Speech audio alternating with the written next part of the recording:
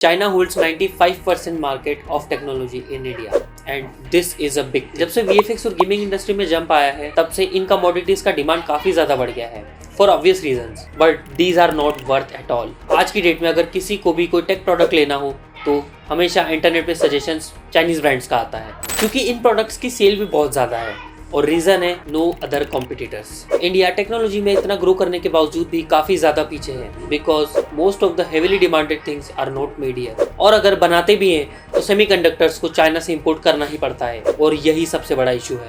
आज Asus, ROG और Lenovo जैसे चाइनीज ब्रांड्स इस पूरी गेमिंग इंडस्ट्री को लीड कर रहे हैं because there are no other competitors, but that doesn't mean that other brands don't have the potential to do so. HP और Dell जैसे ब्रांड्स काफी ज्यादा पोटेंशियल रखते हैं एक फेयर सर्विस प्रोवाइड करने के लिए। Even Indian companies like Tata Elxsi, Moschip and ASM Technologies have full potential to manufacture the chipsets in India. But the question is why not? मैंने खुद recently एक PC बनवाया है and most of the components in it are made from Chinese brands because there are no other options and this is not the problem with me, this is the whole country's problem. Covid के time पे हमने काफी ज्यादा made in India products को promote किया था और ban Chinese products के बारे में भी बात की थी। लोग इतना ज्यादा फ्रस्ट्रेटेड थे कि उन्होंने जी जिनपिंग के पुतले जला दिए, लेकिन आज हालत बिल्कुल वैसी की वैसी ही है। इंडिया का स्मार्टफोन मार्केट 160 मिलियन का है जिसमें से 69% of the market Chinese brands hold करते हैं। Brands like Xiaomi, Oppo, Vivo, Realme, Poco, iQOO, OnePlus and ROG ने इस मार्केट को बुरी तरीके से होल्ड कर रखा है and in the most of the cases they are not worth buying at all and the reason is इनका हर महीने एक लॉन्च होना। इन लोगों ने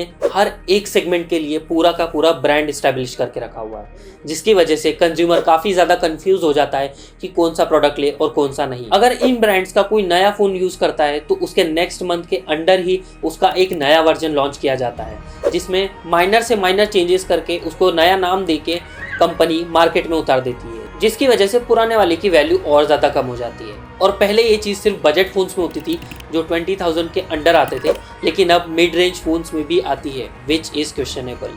इनके डिवाइसेस काफ़ी ज़्यादा वल्नरेबल होते हैं। कभी इनकी वेदर एप्लीकेशंस के थ्रू चाइनीज़ गवर्नमेंट को हमारे यहाँ का पूरा डेटा चला जाता है, कभी इनके स्क्रीन पे ग्रीन लाइन्स आने लग जाती हैं, कभी इनके सिक्योरिटी में दिक्कत आने लग जाती है और ऐसे बहुत सारे कंप्लेंट्स है कंज्यूमर्स की। और दूसरे ब्लोटवेयर्स भी हैं जो इनके UI में प्री इंस्टॉल्ड आते हैं जो बैक एंड पे क्या क्या नहीं करते हैं जो हमको पता भी नहीं, और यही इस टेक इंडस्ट्री की सबसे बड़ी डार्क रियलिटी है। So what should we do?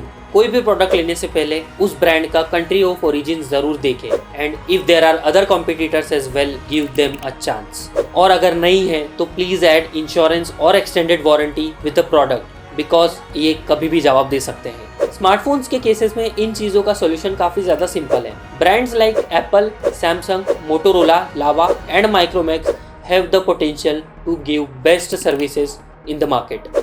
On that note, if you find this video informative, please hit like and subscribe to my channel. If you have your own bad experiences with these companies, do let me know in the comments.